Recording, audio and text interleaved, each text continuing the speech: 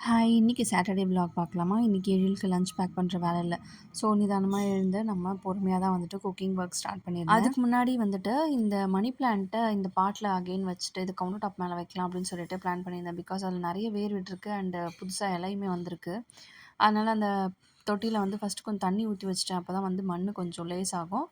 அதுக்குள்ளார வந்துட்டு cooking work வந்து பண்ணிடலான்னு சொல்லிட்டு, இன்னைக்கு கத்திரிக்காய், முருங்கக்காய் போட்டு காரக்குழம்பு தான் வச்சிருந்தேன்.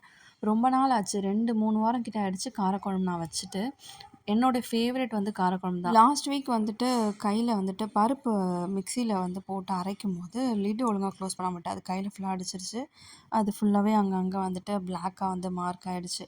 குழம்பு வந்து தாளிச்சு விட்டு சாதமும் வந்து வடிச்சுட்டு, இந்த மணி பிளான்ட்ட வந்துட்டு நட்டு வச்சிடலான்னு சொல்லிட்டு, அதுக்கான வேலைய தான் வந்து பார்த்துருந்தேன். ப்ராப்பரா மண் எல்லாமே ஓப்பன் பண்ணி மணி பிளான்ட்ட உள்ள வச்சுட்டு, அதுக்கப்புறமா அந்த பாட்டுமே வந்து முடிஞ்ச அளவுக்கு க்ளீன் பண்ணி இப்போதைக்கு கவுண்டர் டாப் மேல தான் வந்து வச்சிருக்கேன். ஸோ அது வளர வளர கொஞ்சமா கட் பண்ணி பக்கத்துல நட்டுக்கலாம் அப்படின்னு சொல்லிட்டு ஒரு பிளான் இருக்கு.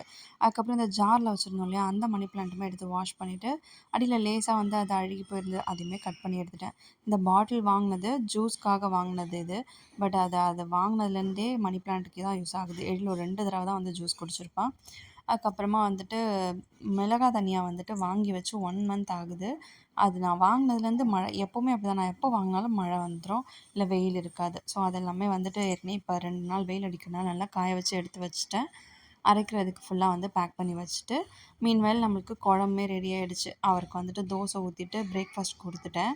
அதுக்கப்புறமா இந்த ஜாடி எல்லாமே வாஷ் பண்ண போட்டுடலான்னு சொல்லிட்டு, பேலன்ஸ் இருந்த உப்ப இந்த குட்டி ஜாடியில மாத்தி வச்சுட்டு, பெருசா வந்து வாஷ் பண்ண போட்டுட்டேன். அதுக்கப்புறம் அவருக்குமே வந்து லஞ்ச் பேக் பண்ணிட்டு, இன்னைக்கு மார்னிங் ரொட்டீன வந்து முடிச்சாச்சு. இன்னைக்கு டே இப்படி தான் போச்சு. இந்த வீடியோ பிடிச்சிருந்தா மறக்காம என்னோட சேனல சப்ஸ்கிரைப் பண்ணிட்டு சப்போர்ட் பண்ணுங்க. நெறைய பேர் சப்ஸ்கிரைப் பண்ணாம பார்க்குறீங்க. ஸோ ப்ளீஸ் சப்ஸ்கிரைப் பண்ணிக்கோங்க.